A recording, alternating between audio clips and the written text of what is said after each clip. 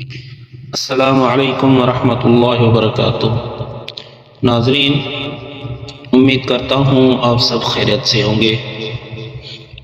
صحیح بخاری کی حدیث نمبر 5، انہوں نے ابن عباس رضی اللہ تعالی عنہ سے کلام الہی لا تحرک کی تفسیر کے سلسلے میں سنا کہ رسول اللہ صلی اللہ علیہ وسلم نزول قرآن کے وقت بہت سختی محسوس فرمایا کرتے تھے، اور اس کی علامتوں میں سے ایک یہ تھی کہ یاد کرنے کے لیے آپ اپنے ہونٹوں کو ہلاتے تھے۔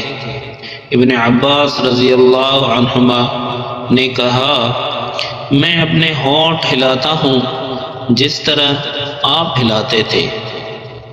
سعید کہتے ہیں، میں اپنے ہونٹ ہلاتا ہوں جس طرح ابن عباس رضی اللہ عنہما کو میں نے ہلاتے دیکھا۔ پھر انہوں نے اپنے ہونٹ ہلائے۔ ابن عباس رضی اللہ عنہما نے کہا، پھر میں یہ آیات اتری کہ اے محمد صلی اللہ علیہ وسلم، قرآن کو جلد یاد کرنے کے لیے اپنی زبان نہ ہلاؤ، اس کا جمع کر دینا اور پڑھا دینا ہمارا ذمہ ہے۔ حضرت ابن عباس رضی اللہ عنہما کہتے ہیں، یعنی قرآن آپ صلی اللہ علیہ وسلم کے دل میں جمع دینا اور پڑھا دینا ہمارا ذمہ ہے۔ پھر جب ہم پڑھ چکے تو اس پڑھے ہوئے کے اتباع کرو۔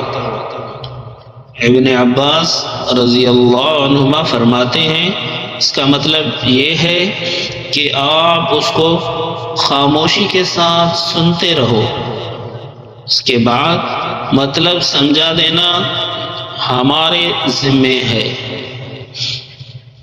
پھر یقیناً یہ ہماری ذمہ داری ہے کہ آپ اس کو پڑھو، یعنی اس کو محفوظ کر سکو۔ چنانچہ اس کے بعد جب آپ کے پاس حضرت جبرائیل علیہ السلام وحی لے کر آتے تو آپ توجہ سے سنتے، اور جب وہ چلے جاتے تو رسول اللہ صلی اللہ علیہ وسلم اس وحی کو اس طرح پڑھتے جس طرح حضرت جبرائیل علیہ السلام نے اسے پڑھا تھا۔